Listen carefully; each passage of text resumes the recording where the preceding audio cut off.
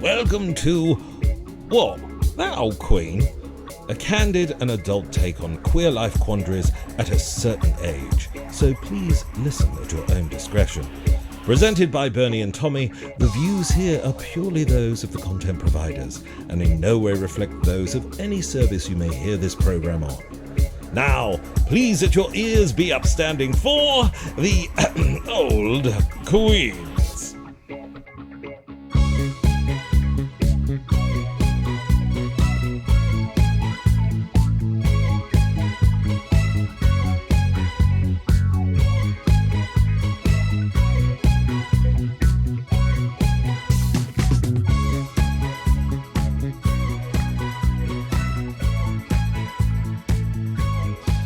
Hello, Tommy. How are you doing?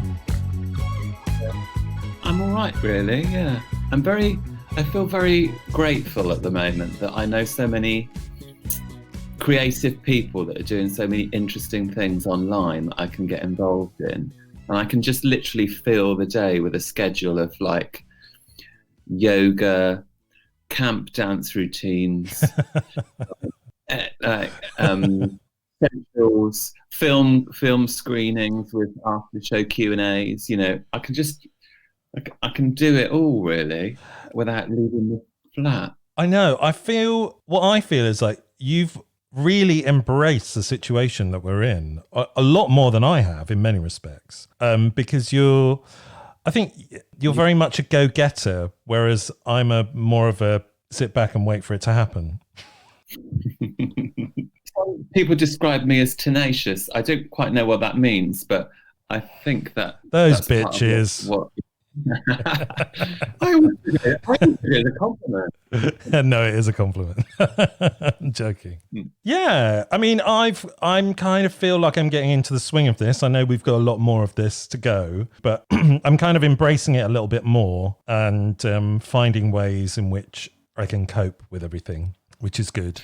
So what have we got coming up this episode, Tom? Oh, you asking me? Yeah, I'm asking you. I always do all that. Why don't you do it this week? So we've got the feature, What That Really Old Queen. So I've been doing a bit of research about that. And so I sort of feel like without much kind of discussion around it, we've slowly become much more interested in our queer histories. And so, and that's just sort of naturally evolved, I guess, really. And so we got a guest coming on, Sacha, who's going to talk about what he has been doing in the lockdown and his role and his research within queer histories. Yeah, because he does a thing called Museum at Home. So, which is about linking up with museums, but obviously they're shut at the moment, so it's slightly outreachy, but all on Twitter and social media. Yeah, he's very good on Twitter. Yeah, he's on it all the bloody time.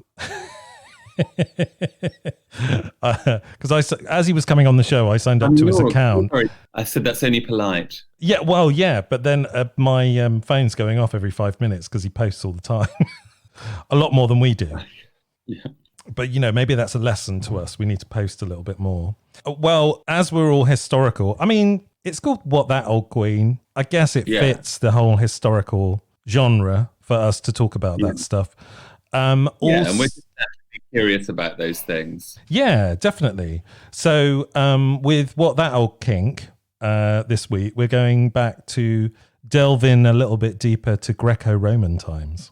Lovely.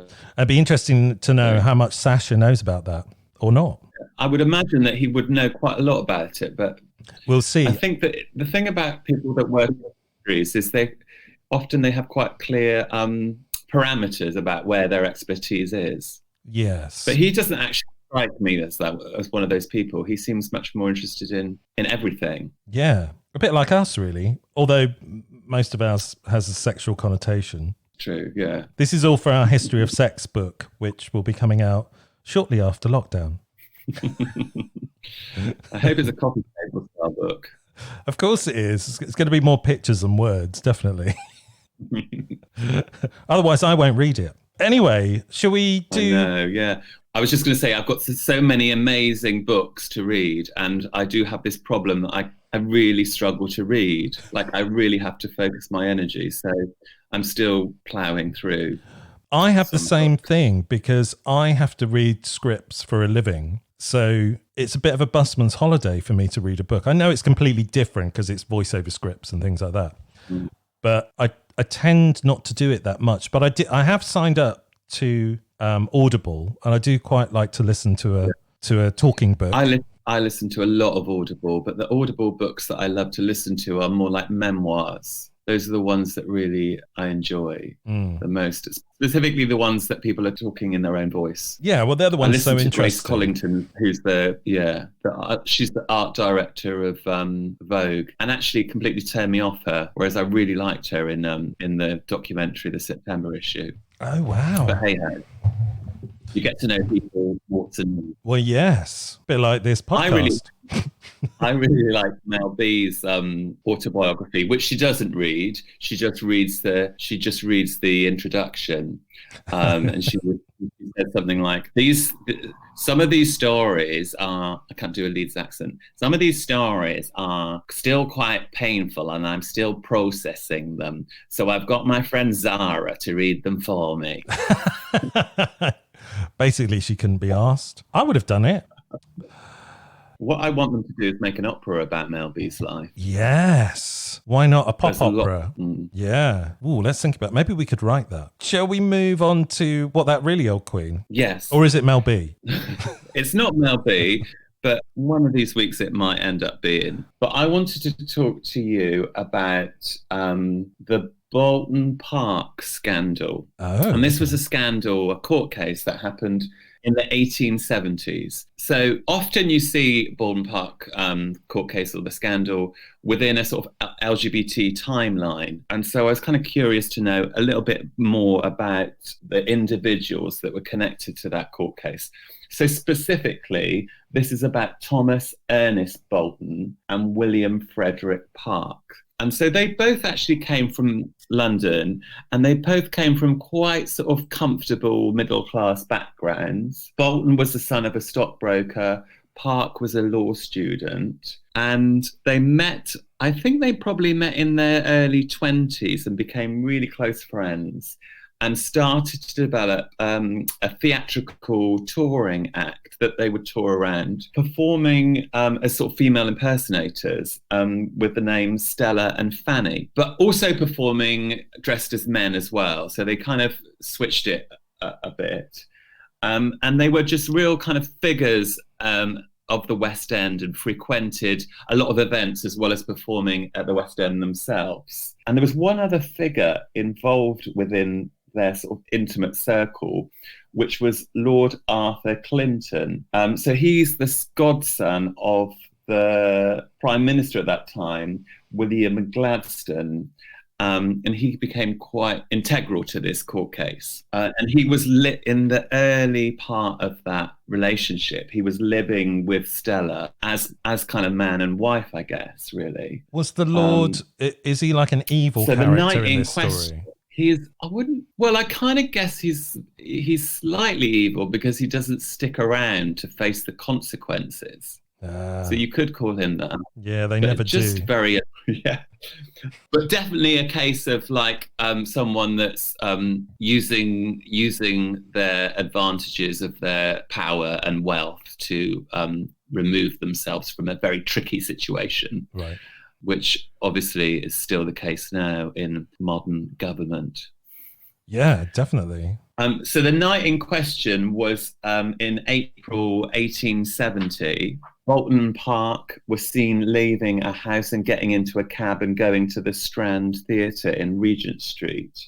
And there they were seen meeting up with a few other men before going into the theatre and all together being in a private box. I guess they went to see a show, they saw the show, and then when they came out, all of them were arrested and they were accused of sodomy, and Stella and Fanny, or Bolton Park, were accused of dressing up as women. Now, all of these men, I think there was about 8 of them, they were probably, they were referred to as like very proper gentlemen. So they were probably all quite high standing, either in government or, well-respected figures. Some of them managed to escape and not be part of the court case that ensued. But others were examined anally because they were accused of having anal sex. And that evidence was inconclusive whether they had been having anal sex. There was no evidence that they'd had that. I mean, I don't know whether they were talking about what was happening in a theatre box or they were searching for longer term. Yeah, I was going to ask: were they having sex and dressing up as women at the theatre? Because, I mean, that's not really the point of theatre. That kind of happens on stage. Yeah, I mean, I guess that they were followed from coming out of this house and taking a cab. So maybe the police were particularly interested in what had been happening in the house that they initially started their journey of that evening from. Oh. But the court case happened, and as I say, a few of the men absconded. I think that's the word.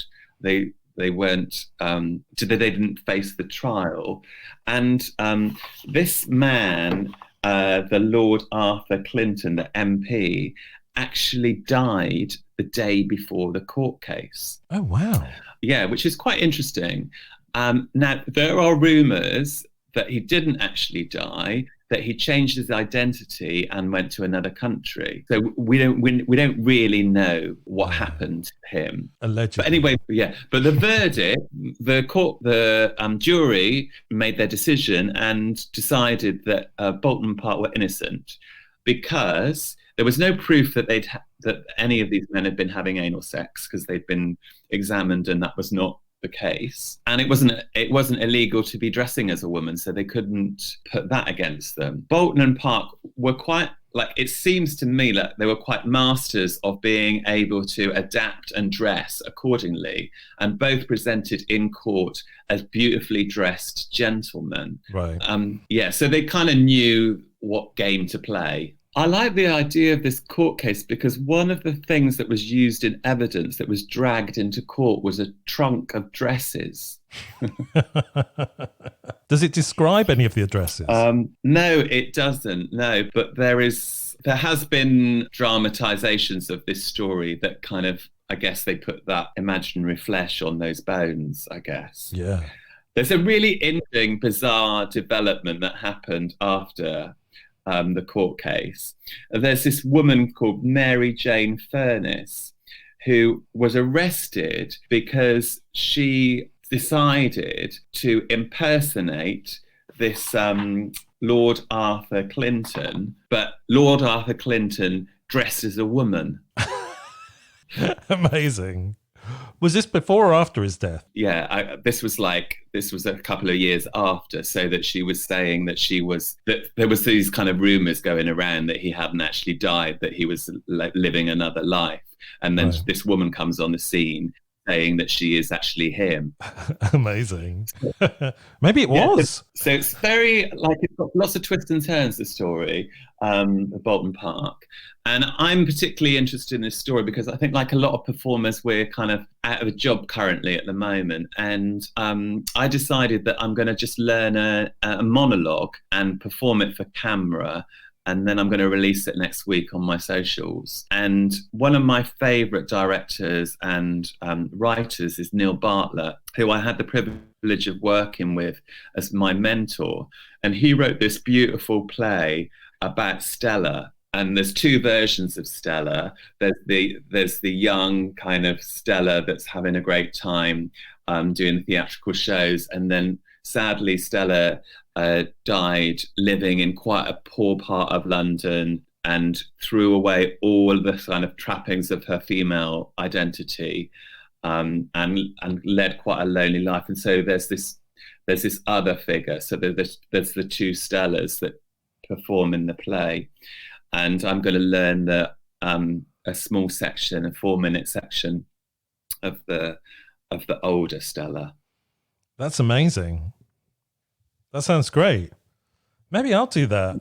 I remember when I did the showcase for the acting school that I went to, I did a proportion of the introduction from the monologue at the beginning of Torch Song Trilogy. Do you remember that? Well, the book that I'm getting the monologues from is the Oberon Book of Queer Monologues, which is edited by my friend Scotty. Oh, amazing. It's a whole collection of different monologues.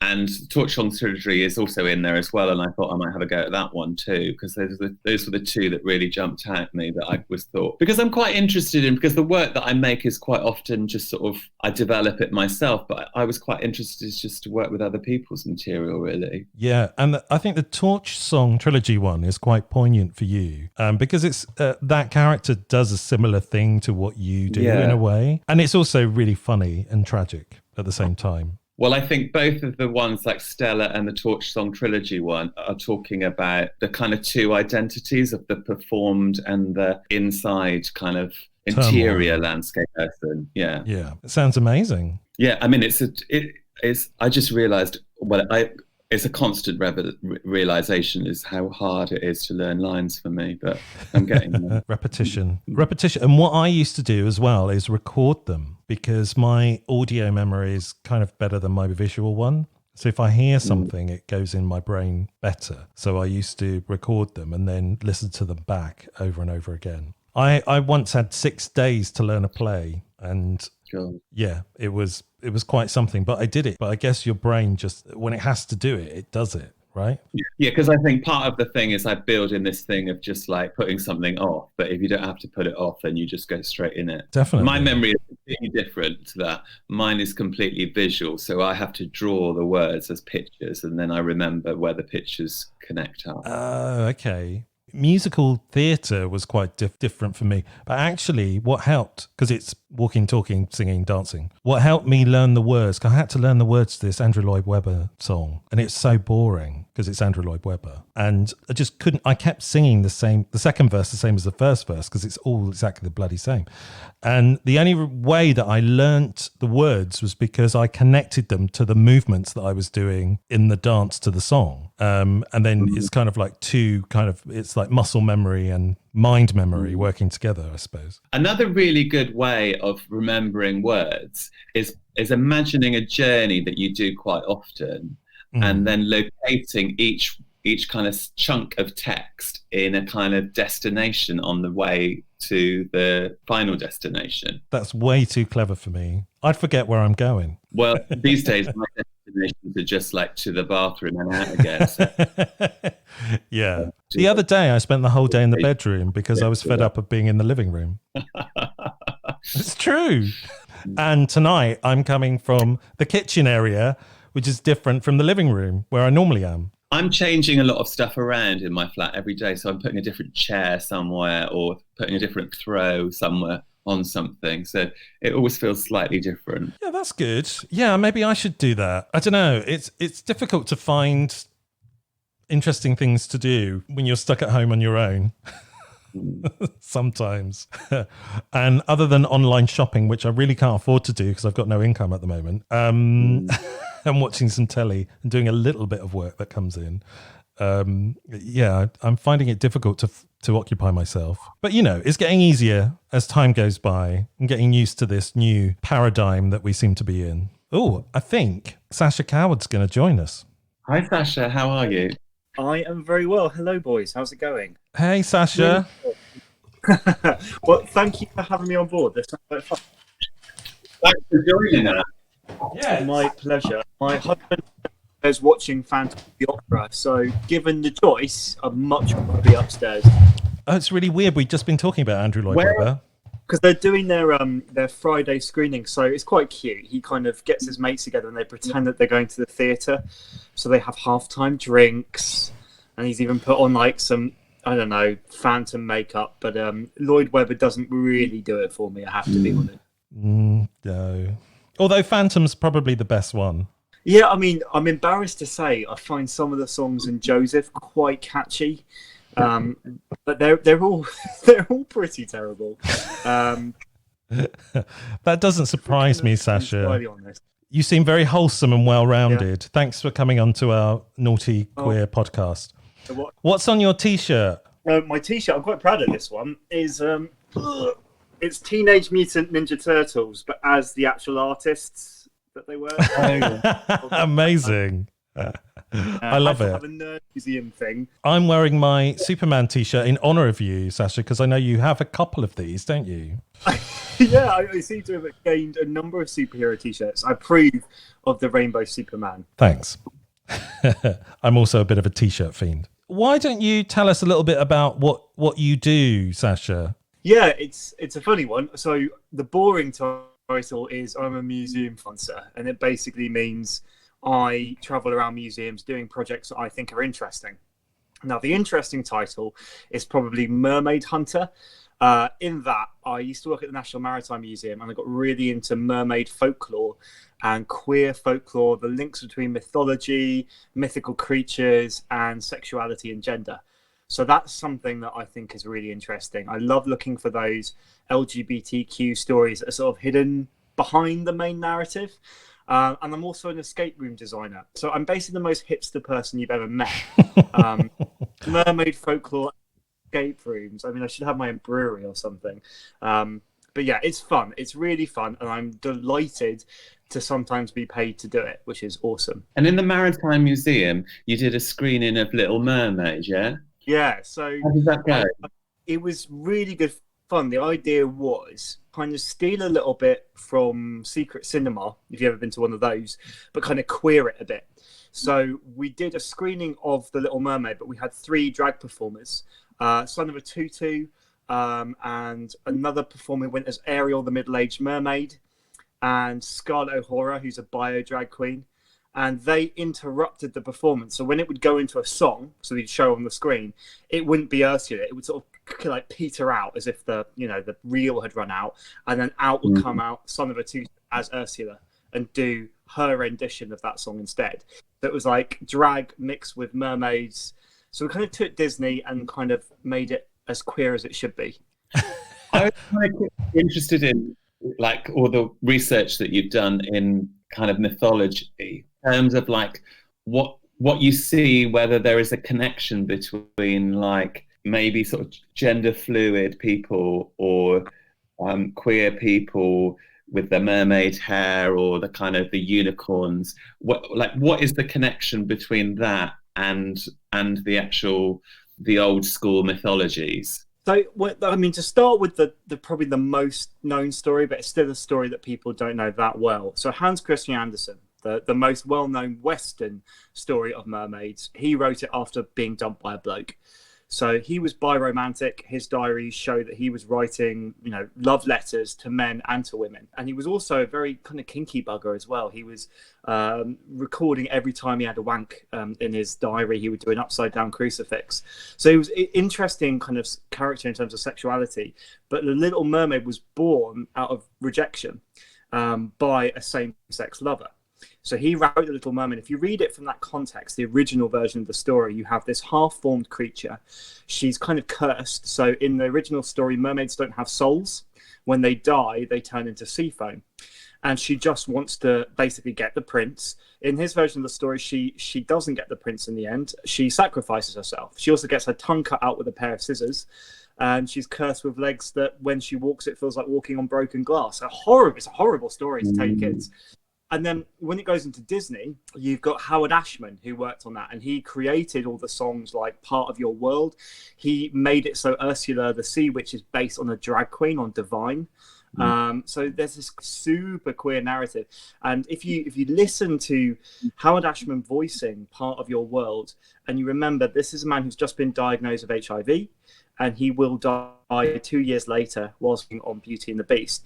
The profoundness and the meaning of the lyrics, like, it switches up. I want to be where the people are. And you think of like the nightclubs of New York closing down and the gay community falling apart. Wow. So that's the contemporary stuff. But yeah, I've been doing the Viral Film Festival on Instagram, and last week they showed Little Shop of Horrors, which Harold Ashman wrote the songs for.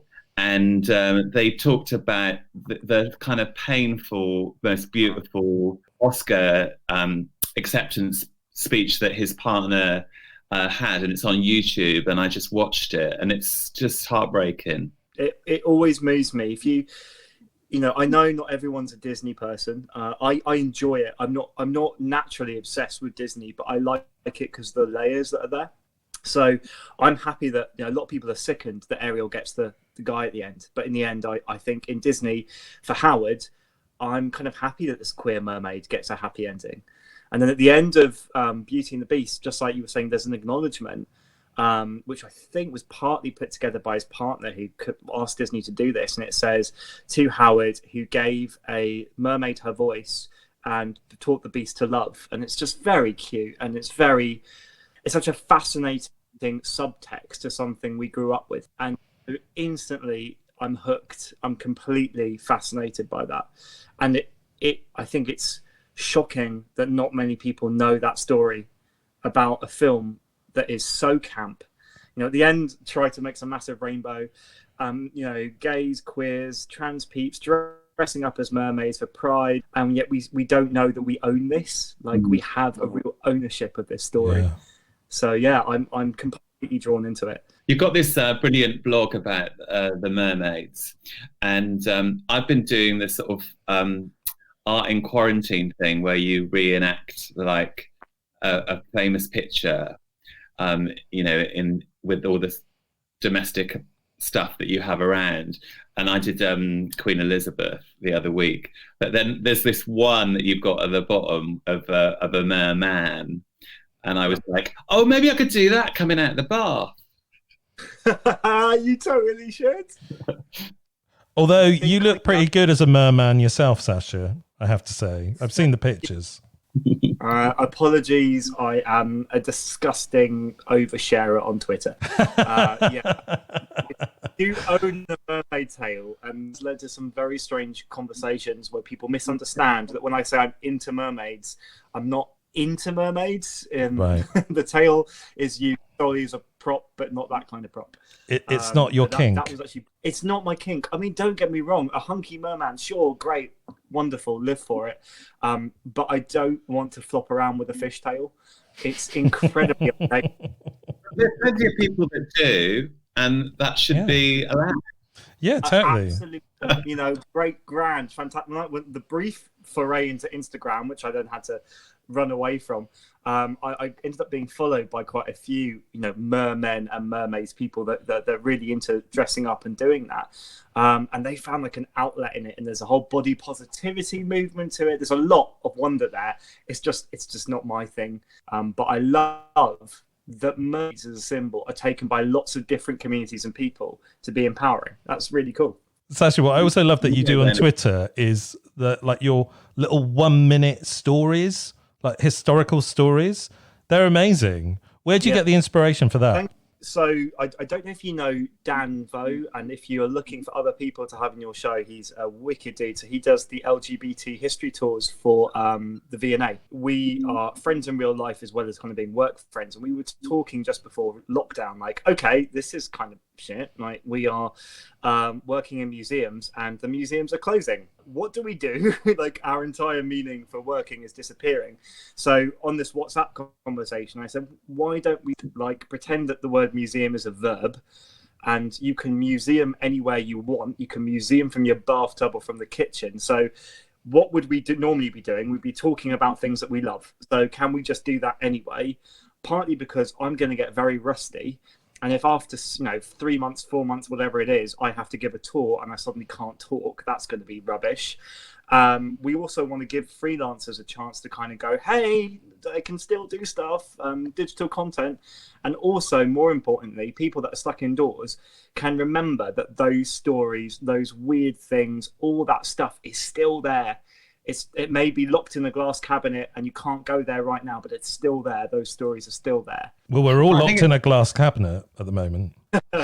It feels like it's a really good opportunity to kind of learn more.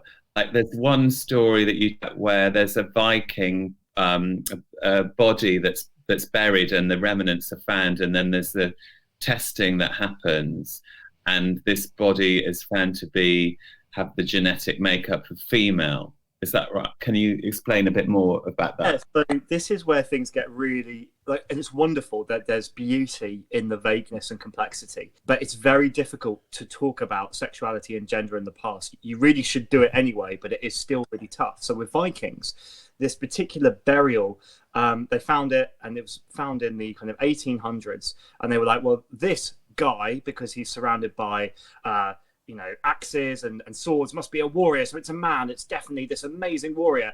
And then 128 years later, they actually did the testing on the bones, and they found that this person had XX chromosomes. So then the reaction was then to go, wow, this woman, this incredible shield maiden, when the truth might well be somewhere in between. Because in Viking society, the construct of gender was really complicated. And to be honest, if you lived your life as a woman, and you were seen to be a woman, you probably wouldn't be fighting many battles. But that doesn't mean that if you were born XX chromosomes or, biologically defined as female, you couldn't transition and become something different. And you could either become a man who did men's things, because it was still a massive patriarchy, or you could become something that was sort of in between. A lot of Viking mythology and gods, they were transitioning, they were fluid. So the Viking understanding of gender was less about what's between your legs and more like, what do you do and how do you live? And then that defined who you were. So this person, they could have been a woman, they could have been a shield maiden, they could have identified themselves as a man. They may not have used those pronouns at all. It's exciting. That's the interesting thing. How do you feel that can teach things for people today's society? I think there is a lot of...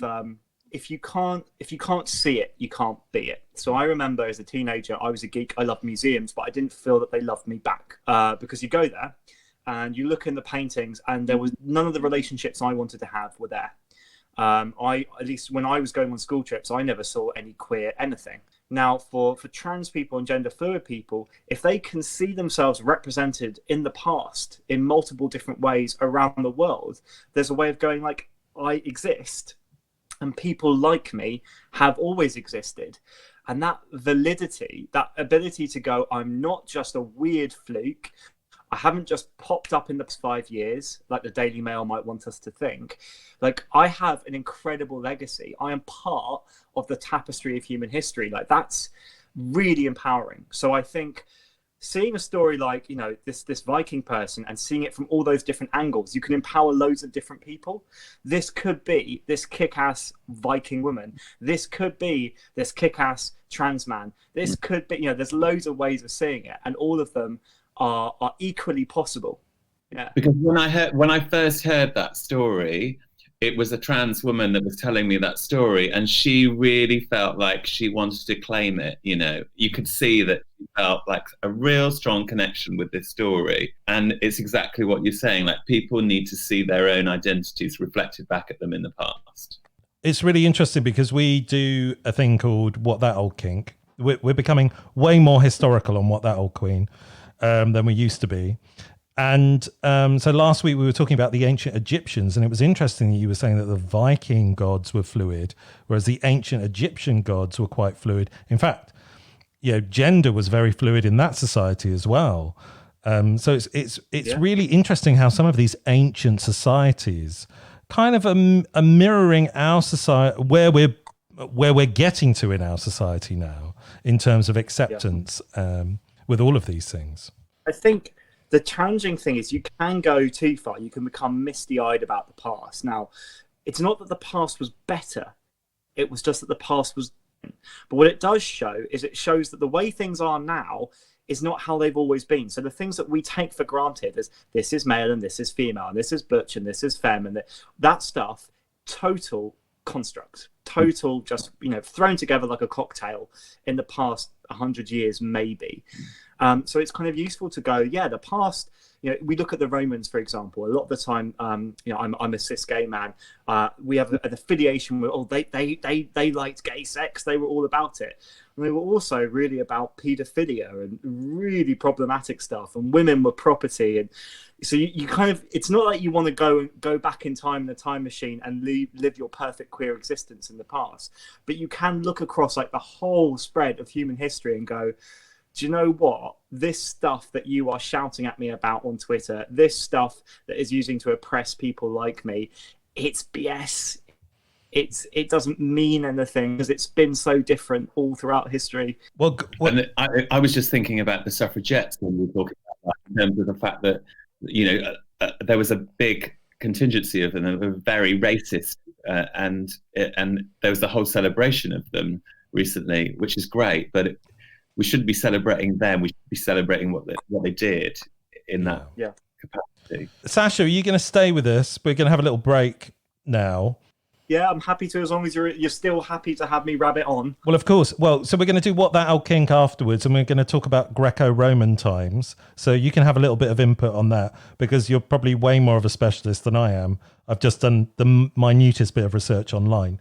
But before we go to the break, I'm just going to do some inspirational quotes as we're all going through this nightmare of lockdown. So I don't know who any of these are by, but it's "Be yourself.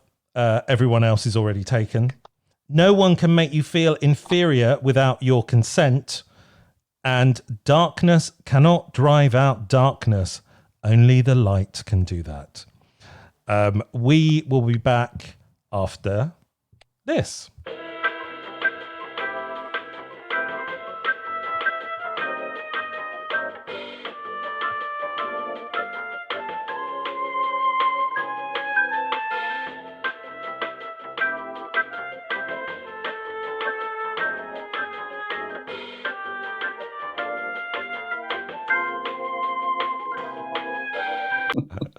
Right, so we're back, and we are going to do What That Old Kink. It'd be interesting to have your input on this, Sacha, because you obviously know a little bit more about history than I do. But for this week's What That Old Kink, we're delving back into the ancient Greco Roman times and some of their ideas behind sex. So ancient Greek and Romans.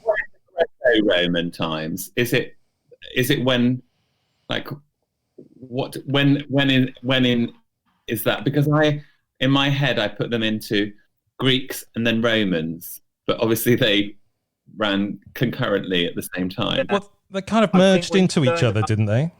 Yeah, well, if you learn about it in year 6, it gives you the sense that these separate. You do like Romans one term, and then you do Greeks the next term, and you do Egyptians another time, and then you realise they were all trading with each other. Yeah. At the same time. Yeah, so Greeks kind of is the earliest, overlaps with the Romans, and then you've got Rome, and then Egypt sort of like runs along parallel and kind of changes in the background. Right, okay. Well, anyway, my minuscule bit of research that I've done. So ancient Greeks and Romans, this is from another article from Listverse, which we've been doing over the last few weeks. So ancient Greeks and Romans were highly liberated towards sex and had gods devoted to it. They also had festivals to partake in it, and local economies were surrounded in it, a bit like today. And I think I actually want to go to a sex festival, but I'm not sure there are any at the moment. Sex was nothing to be ashamed of, and it wasn't hidden away. Pompeii was the original city of sin. Its economy thrived on more than 40 brothels, and the most famous was the Lupinar Grande, or pleasure house. Brothels were highly public and an unashamed platform alongside forums and communal bathhouses. And they had phallic bricks on the walls to point the way to the nearest pleasure house with an erect penis, and these phallic bricks were also positioned above doors of brothels and residences to bring good luck. I mean, the phallus was quite a big thing in Greco-Roman times, I think. Yeah, I mean, in ancient Greece, you have there's a god Priapus, who's basically. I'm coming on to him. Yeah, and if you think about, do you know Pompeii, some of the graffiti that they found? Yeah, I didn't delve into that, but tell us a bit more about that. It's very like pubescent, but there's things that are like, Galvionis the gladiator makes the girls moan, all written in Latin, which is hysterical. It's all very childish. Like, it's the kind of stuff that teenagers are writing today.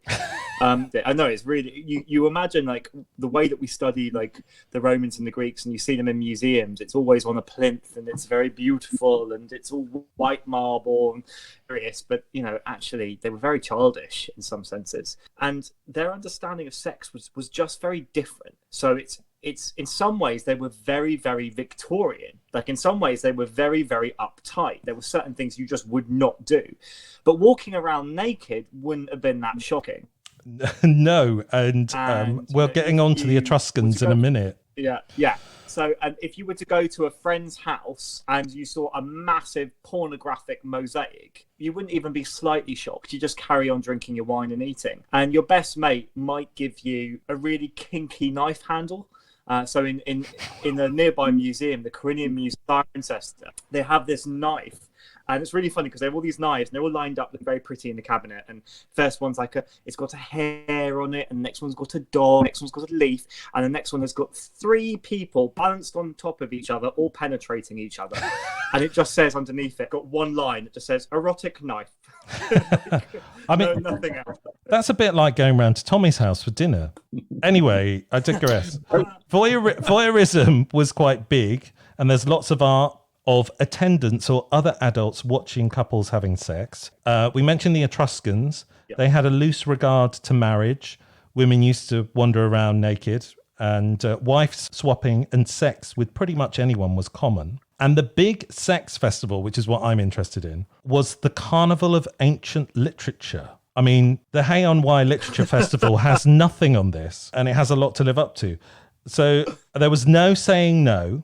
And they were very extravagant. They were orgies of wine and sex, and had every kind of drunkenness and aberration of sex, one leading up to the other. What reigned overall was the phallus. Festivals usually held at the spring equinox and called the Dionysian Mysteries, and they were dedicated to that god. And apparently these festivals inspired the Bacchanalia, which was the Roman equivalent. I like that you always said festivals.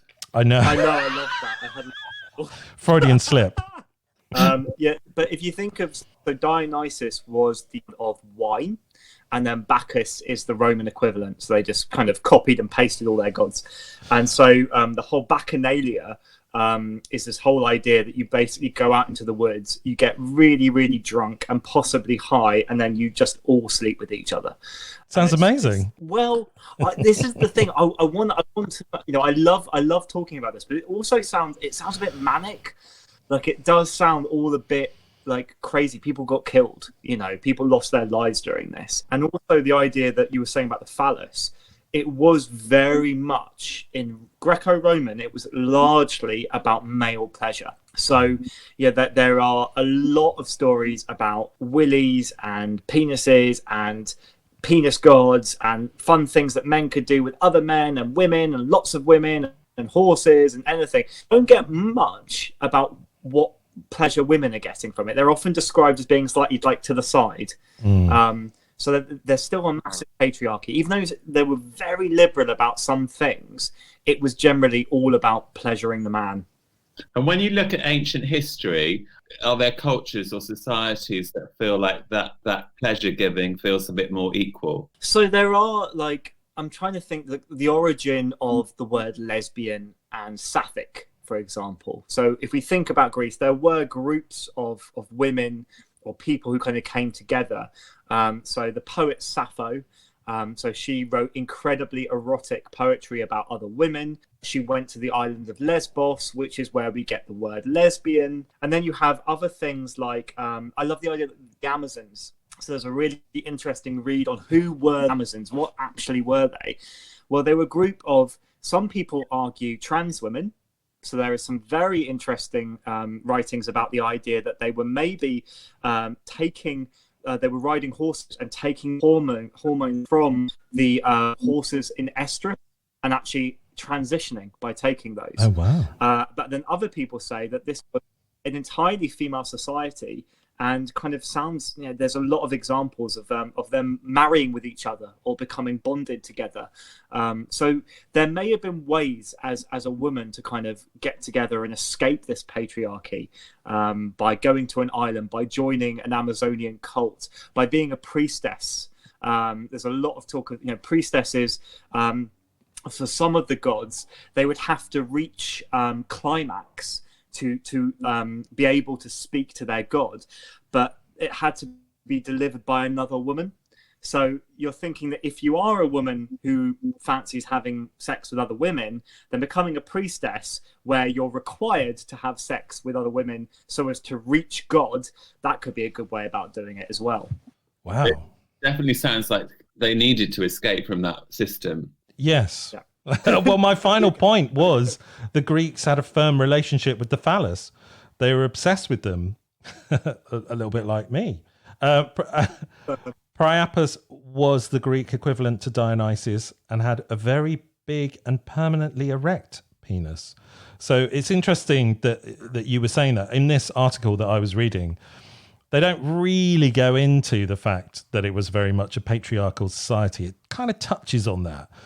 In the fact that women are seen as quite sexual objects, whereas men are as well, but obviously men have the upper hand in that society, and so it's down to their prevalence, really. I think it makes you think about who writes history, and so history has always been written by men, really. And so these are the stories that are being told, that have carried through. So we don't hear those other stories, really. What about ancient Egypt? They were a bit more equal with women, would you say, or not? I would argue probably not. And again, it depends on the woman. It depends on some women were incredibly powerful in Greek and Roman society. If they had any connection with, any of the royalty or politicians, some women were did incredible things. But a lot of the time, the understanding of that society was very much, if you're a woman, you're the property of a man. So a lot of the things that women achieved, and the women we hear that are written about, is incredible because they achieved all that in spite of the fact they were living in a society that really gave them the space to do it. So this is from the text that we get, as Tommy said, it's written by men. So maybe there's stuff that's been missed out that we'll never truly know about. But it wasn't an equal society. Okay. Well, you heard it here first, people. It wasn't what a revelation. I know, it wasn't an equal society. I mean, we'll have to bear that in mind when we're doing our historical, never knowingly researched, rigorously researched facts.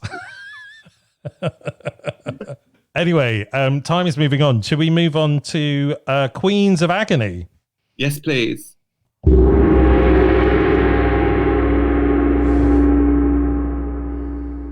Okay. This one's quite a long one. I've got two long ones and some short ones. So, dear old Queens and Sacha, I'm almost in my 30s, and for the first time in my life, or at least in a long time, I've found supportive, positive people that I hope to be friends with. As I'm in lockdown in a city away from them now, we've been mainly talking through video chat and sometimes calls. In the process, I realized that for the first time, I'm the negative person in the group because my family and precious social circles were also negative. I was used to being the positive one. Now I realize that I'm the one criticizing all the time, and I don't even know what to talk about without slightly complaining or making fun of something. I think I will never be friends with these people that actually seem to enjoy talking to me to some extent. If I continue like this, they will naturally move away from toxic people. What would you recommend me to do to be more positive around them? Well, I would say, firstly, I think it's really interesting because I think that it's this situation is providing a lot of time to reflect about how you interact socially. Yes. And so, it's really interesting that they've managed to, articulate that fact that they that they are that person in the first place. And probably the fact that they've managed to think that through will allow them to come to their next point, which is about trying to be a more positive person. I'm stuck about where to go next with that, but I feel like they're going in the right direction. Yeah. How about you, Sacha? My thinking is that they've done a really good job at writing that to you.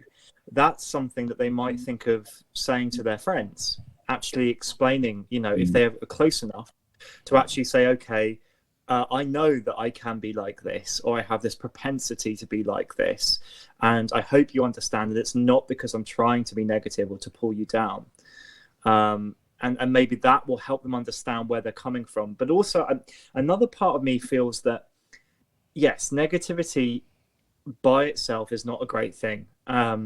But you should play to your strengths, and you should never have to completely invert yourself and change just to become more palatable. So there has to be a balance. You can still be the sassy one in the group. You can still be the one that has a different perspective, because that might be what your friends love about you. But maybe it's just a little bit about understanding that some things that you might say might actually hurt, or they might cut when they're not intended to. But that doesn't mean that you have to try to become, Barney or a CBBC presenter. I mean, maybe what it is about that they have naturally like a dry sense of humor, and naturally sort of slightly like a cutting situation, or they can they put a flip side on it. And actually, I find that quite an attractive quality. Like it can be fun to have a negative voice in the room. Yeah. I think what they've done is they've recognized something in themselves, which is the first step. I've kind of recognized some of this stuff in myself in the past. I think I have a propensity to be quite negative sometimes. But it's about recognizing that and actually maybe flipping it a little bit, but not entirely changing yourself. You're allowed to have those negative feelings. You're allowed to have those negative thoughts. But it's about how you control that and not letting it permeate your whole kind of being in a way. And trying to find things to be positive about. If you find that you're being negative all the time, try and find something to be positive about. Give your friends compliments. Find something positive about them that you can say rather than something negative. It's very easy to be negative. And I think, certainly at this unfathomable time that we're living through at the moment, we're all being brought down. Everything is under and magnifying glass, and all of our kind of experience and feelings are bubbling up to the surface because we're having to deal with ourselves a lot. But it's good to recognize all of this stuff and think about what ways can you change? What is something you don't like about yourself, and what can you change? What can you do to change that? I don't think it's for us to tell you how to do that, but I think it's good that you've recognized it and that you need to find ways in which you can turn that around in yourself. Yeah. And just to add to that, but don't give yourself a hard time about trying to change, because you've noticed the problem already. Yeah. Let's have the next question. Let's have the next problem. Dear old queens, I'm happily married to my beautiful husband, and I love him very much, and still think he's the most attractive man I've ever met, both inside and out. Over the years, he has gained some weight, and this is affecting his self-image, his health, and also our sex life. No matter how much I tell him I think he's beautiful, he's very insecure about his physique, and I feel it's holding him back. I believe he would benefit a lot from a more healthy lifestyle. He suffers from migraines and has asthma, and has very low bodily reserves, especially with the current crisis. I'm afraid of the negative consequences of his lifestyle. I would like to address my concerns and help him gain more confidence. So far, my attempts were not successful. He simply loves food and is a real couch potato. When I suggest altering his diet or joining me for a bit of exercise, he feels cornered and doesn't want me to push him into something he doesn't feel ready for. I wonder how to discuss this issue without making him feel more insecure about himself. Should I respect his boundaries or try and convince him to change his lifestyle? What do we think about that? So I would say that he needs to. I actually wouldn't say respect your boundaries. I would just let him alone. Yeah. I would just there's no way I feel like that he can go, oh, maybe you should have a salad and not that burger. Like, if he wants the burger, he can have the burger and sit on a sofa. Like, he's got to be like, if he wants to change, then he should make that decision himself. Yeah, I have a burger and sit on the salad. But he's not saying like, he's gained some weight and I don't fancy him anymore, so that's not a problem. So, like, I think that the only person that can really help this person is himself. Totally. And I think that maybe that's about like, yeah. So if he shows signs of interest, then it's about like encouraging that and supporting that. But I don't think there's a way to kind of push that agenda to him. Yeah, nobody ever decided to join a gym or, change their lifestyle because someone else bullied them into it. It always has to come. You have to be motivated to do it yourself, and ideally not from a place of guilt. Guilt, back to negativity again, is one of the worst motivators. It won't get you anywhere. It will just get you back in bed on the sofa again. So it's going to have to come from him. If he wants, if he brings up the conversation and is saying, I don't know what to do, I want to change, what should I do? That's when you enter into conversation and you can brainstorm ideas. But if he's not being the one that's bringing it up, I think it's going to be very difficult to do anything that won't be taken as patronizing or controlling. Yeah. I mean, this kind of strikes close to home with me because I've been in situations like this and I've been the fat one. So I've battled with weight and body issues and things like that. And the thing is that I'm quite body positive. I think if you're happy with the way that you are, you don't have to change. And society or your boyfriend or whoever doesn't have to change what you look like. But if you want to change, then that's when you make the change. And it's really difficult. It's so hard sometimes. I'm a comfort eater, especially if I'm down or depressed. I want to eat, and nothing can stop me from doing that. And maybe this is an issue with your boyfriend. Maybe there's an underlying emotional issue here that has drawn him down this path. And you need to talk to him about it and not bring it up as being something to do with his weight. What's going on with him emotionally? And find out if there's an issue there. Because if there is, by dealing with that issue, you might help him onto the path for dealing with everything else.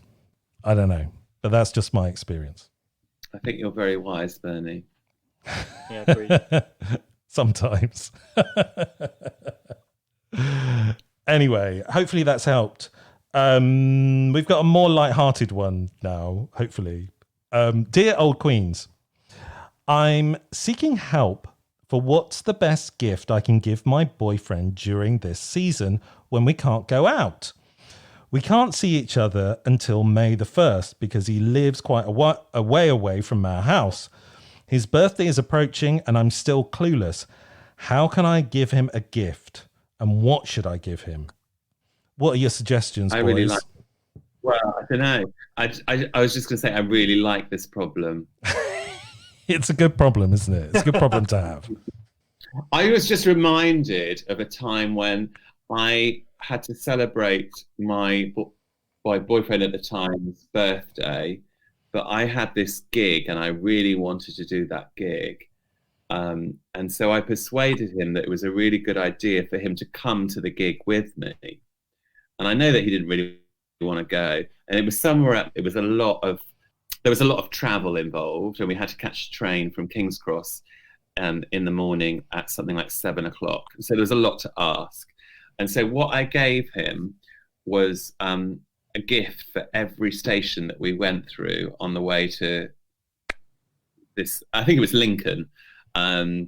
And I thought that was Oh, a very good idea that I did that time. Obviously, this is a different situation, but I just thought I'd throw that in. Yeah. I think, yeah, it depends on I love that. I would love something like that. That's something that I think my husband would do something like that for me, and I think it was really cute. It depends on you as a couple, but I would say for me, I would try to do something like create a treasure hunt or something, or create like a game, something that's kind of fun to play. Again, I'm an escape room designer, so that's my go-to. Is I would try to create a set of clues, and then I might like hide some hints online, things like that, and then finally reveal something, which could be as boring as an Amazon gift voucher, as long as the process of finding it was fun. Or the other thing that my husband once did for me for a birthday was just get all of my friends and family to record a really small little message. And then he just edited it all together into one video. And this is when we were living in America and I was, away, isolated from my friends and family back home. It was wonderfully moving. So if you could go out and reach out to, your boyfriend's friends and family behind his back and get them just to make a little mini clip of them and then add it all together and then send it to him on his birthday, I bet that would be really lovely. That's a lush idea, and it feels that of like not having contact with all your close friends and family. That's an amazing idea. If you can do it during lockdown, I'm wondering if the birthday is imminent, and that's quite a difficult thing to do. But I was going to suggest that you do a little video for your boyfriend, telling him how you feel about him, and I don't know, you could maybe dress up in a sexy outfit or something. It might stimulate something which has been missing during lockdown for him. Did they include a photo? No, they never include a photo. I just wondered if you might have any suggestions about what that outfit might be. Well, if you a jock never offends, right? I was going to say mermaid tail. Or a mermaid tail. I mean, who doesn't love a mermaid tail? I think a cowboy look. Cowboy look, Leatherman. I mean, any of those looks from the Village People are just amazing, right? You could do a little dance, a little lip sync. A lip sync always tells someone you love them, right? With the right song. If I sent my husband a lip sync dressed as the Village People, I think he'd divorce me. Well, you're in a dysfunctional relationship, Sacha. I just want to talk about this. Can we talk about this? I've been talking to this guy on Grindr, and I actually met him before lockdown. So he texted me yesterday and said, "Oh, I've got some weird stomach bug. I'm not feeling great, and also it's my birthday." So I managed to get all the pictures that he sent me. Most of them are dick pics, and I put it together in a TikTok video with a kind of thing that they, like a pro forma, I don't know what you call it, like with a music backdrop that kind of goes, "Happy birthday to you," with just all these rolling. And I was quite pleased with the result, but it didn't create the reaction that I expected. Thank you. What of having his own dicks sent back to him? I know. Yeah. They maybe should have been your dick. Yeah, I guess so.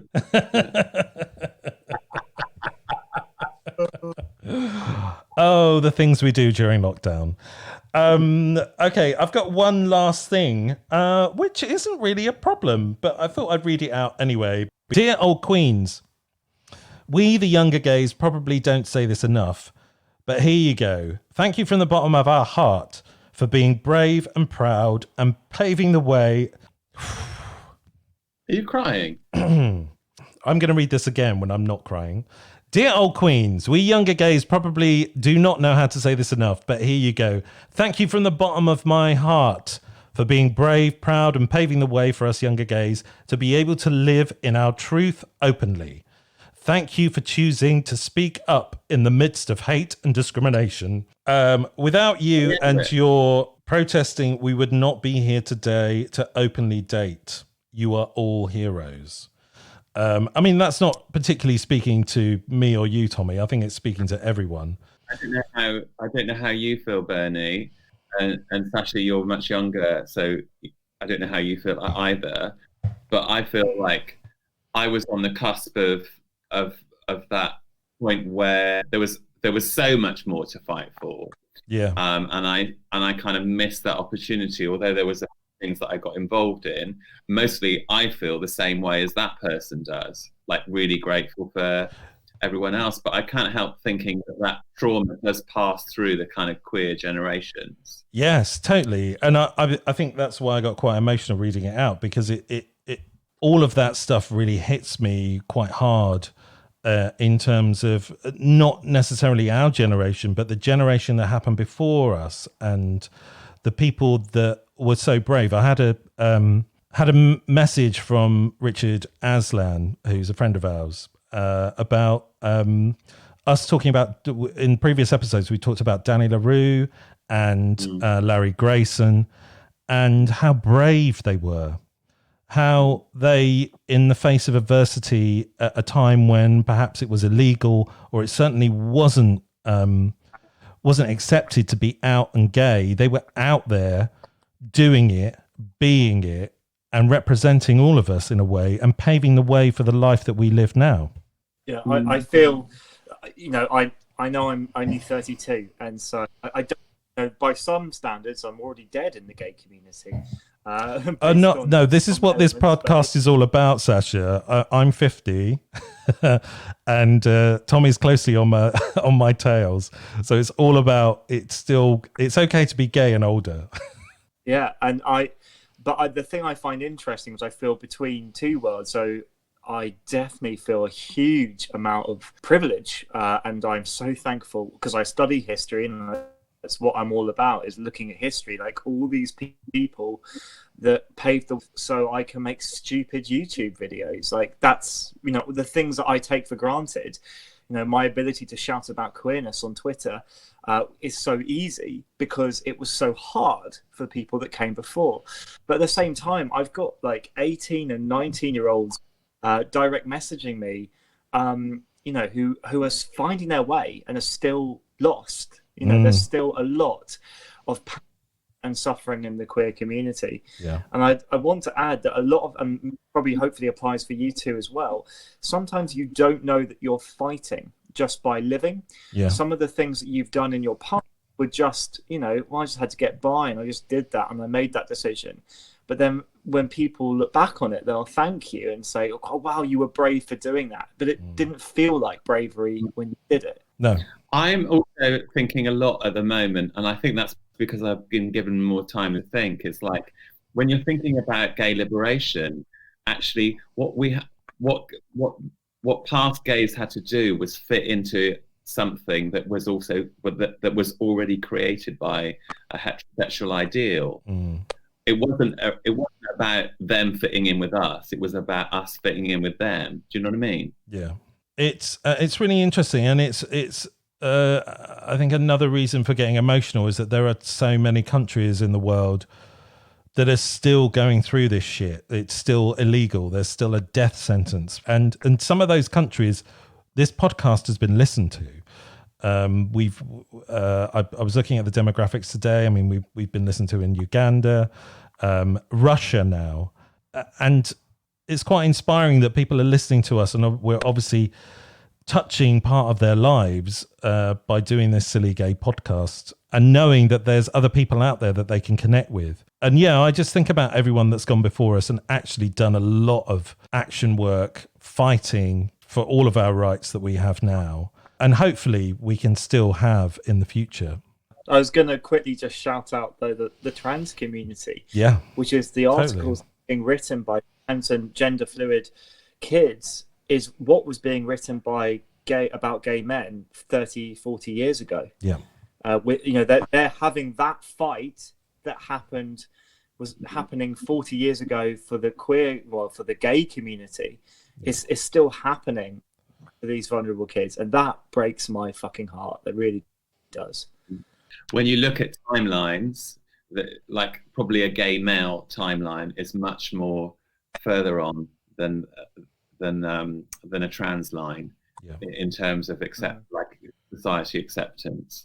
But that's why we need to stand with them. Which is why exactly what I was going to say. And regardless of our age and what our beliefs are, anyone that has been under the pressure of oppression by society, we should identify with and stand with them, because that is our history and continues to be our history in many respects, even in this country, but certainly in so many other countries around the world. It's that beautiful thing that, trans women were standing by those gay men at Stonewall. The lesbian women who were donating blood to gay men dying of HIV. The gay men who were helping lesbian women to have families. These communities, we are, I'm very keen that LGBTQ plus, even if you want to call it alphabet soup, all together, because we have always had a shared fight. And so just to echo what you said, it is so integral that those of us that have got to the top of the table, or approaching, we're not even there, but we're moving that direction, to look back and just see who's still stuck down at the other end. Let's end on a more positive note. What have you guys got planned which is positive for the weekend? Absolutely nothing. I'm delighted You really do surprise me. I mean, I've got several clubs to go to, performance, an opera, and no, I've got nothing. I might do a remake of The Merman in the bar. Good. I'm looking forward. You must send that to. Getting stuck into the viral film festival. Yeah, films are good. I'm going to be chatting with all my friends and probably having a few glasses of wine over the weekend as well. Sacha, you've got a lovely husband that you live with. Yeah, he's downstairs listening to The Phantom of Op, as you do. Mm-hmm. Nothing could be gayer than that. So I'm going to go downstairs and join him. So we'll probably be living this sort of little house on the prairie existence over the weekend. We'll go out and we'll pick wild garlic, and then we'll make our own pesto, and sit in the garden if we can. Yeah, I want to spend some time with my husband, because despite being locked down and we're in the same house, I've been trying to work full time, trying to make the rent, and so I actually haven't seen much of him. I think the weekend is going to be about just spending some actual time together. Great. Okay. I'm going to spend some quality time with the flies that are hanging around in my flat. I've got a very nice dragon tree that I've lived with for the past 25 years. So we're going to have some really good quality time together.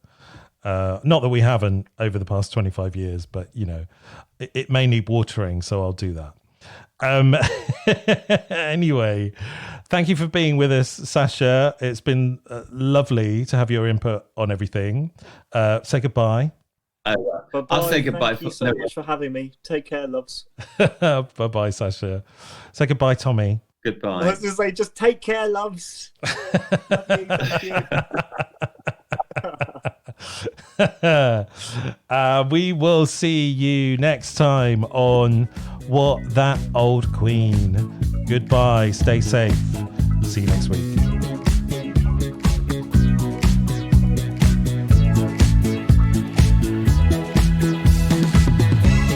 You have been listening to What That Old Queen, written and presented by Tom Marshman and Bernie Hodges.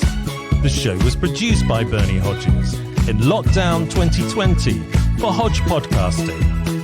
If you'd like to sponsor a show, or you'd just like to be a guest, or you have a question for the Old Queens, you can email on hello@thatoldqueen.com or find us on Facebook, Instagram, or Twitter.